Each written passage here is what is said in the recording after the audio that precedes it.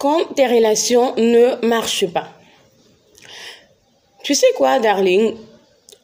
Quand tes relations ne marchent pas, le problème, ce n'est pas l'homme qui vient de partir de ta vie. Le problème, ce n'est pas ses amis. Le problème, ce n'est pas tes parents. Le problème, c'est toi. Oui, je te vois déjà froncer les sourcils, mais oui, le problème, c'est toi. Le problème, c'est toi parce que on a tous une part de responsabilité dans tout ce qui nous arrive dans nos vies.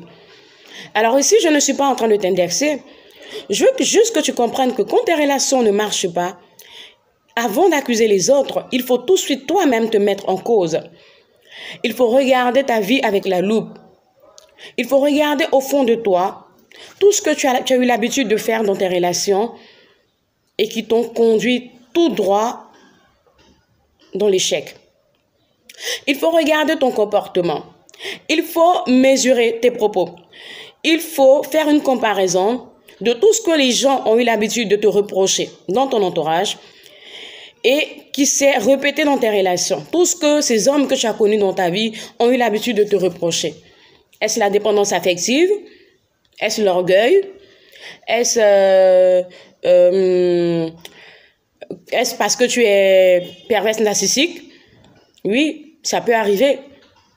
Alors aujourd'hui, nous assistons à une bande de femmes, d'accord, qui prennent de moins en moins leurs responsabilités et qui cherchent tout de suite un bouc émissaire à tout ce qui leur arrive dans leur vie, à tout ce qu'elles rencontrent comme difficulté dans leur vie. Et je n'aimerais pas que ça soit ton cas, parce que tu es une reine.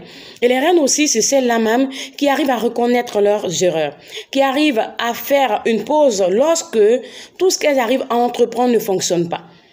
Quand tes relations ne marchent pas, darling, essaie de voir plutôt de ton côté et de réparer les erreurs que tu avais l'habitude de commettre afin d'espérer vivre de beaux jours avec un autre homme.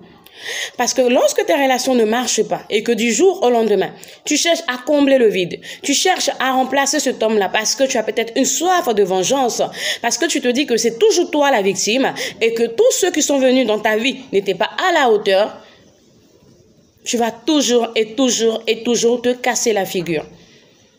Ce que moi je veux pour toi, je veux que tu sois une femme épanouie, une femme accomplie à 3 dimensions. Socialement, maritalement et au niveau de ton business.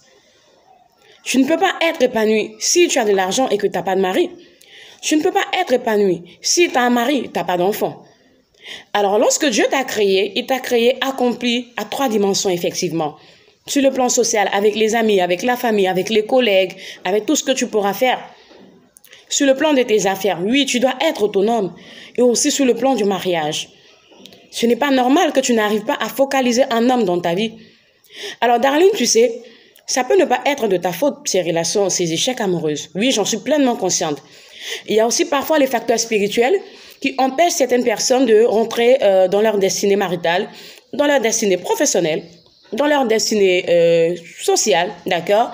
Mais ici, ce que j'aimerais te dire, avant d'accuser l'ennemi, avant de chercher à accuser le sorcier du village, ou la tante, ou le vieux oncle qui est assis quelque part au village, il faut t'assurer que le mal ne vient pas de toi. Il faut t'assurer que tu as tout regardé, tu as tout observé à la loupe de ton côté et le mal ne vient pas de toi. En ce moment-là, toutes les prières que tu adresseras à Dieu, en ce qui concerne ta relation, en ce qui concerne ta vie de femme, ta vie sentimentale de femme, Dieu te répondra. Il te dira, si c'est un facteur spirituel, il te dira. Dans ce cas, tu chercheras à résoudre cela aussi dans le spirituel. Mais aujourd'hui, j'aimerais te dire que le facteur numéro 1, c'est d'abord ton comportement. C'est d'abord tes agissements. Il faut d'abord te mettre en cause toi-même. Il faut chercher toi-même dans ta vie, dans tes relations, dans tes agissements, pour voir le petit truc que tu as toujours mis en avant dans tes relations amoureuses qui t'ont tout le temps fait pleurer. Moi, je ne veux plus te voir pleurer. Je te vois sourire. Je te vois heureuse dans tes affaires. Je te vois heureuse dans ton foyer. Je te vois heureuse avec ton fiancé. Et que tu as beaucoup d'enfants, pourquoi pas? Alors, essaie de mettre ces conseils en pratique. Et si tu veux qu'on ait une conversation en privé, n'hésite pas à me contacter sur le lien de cette vidéo. Ciao!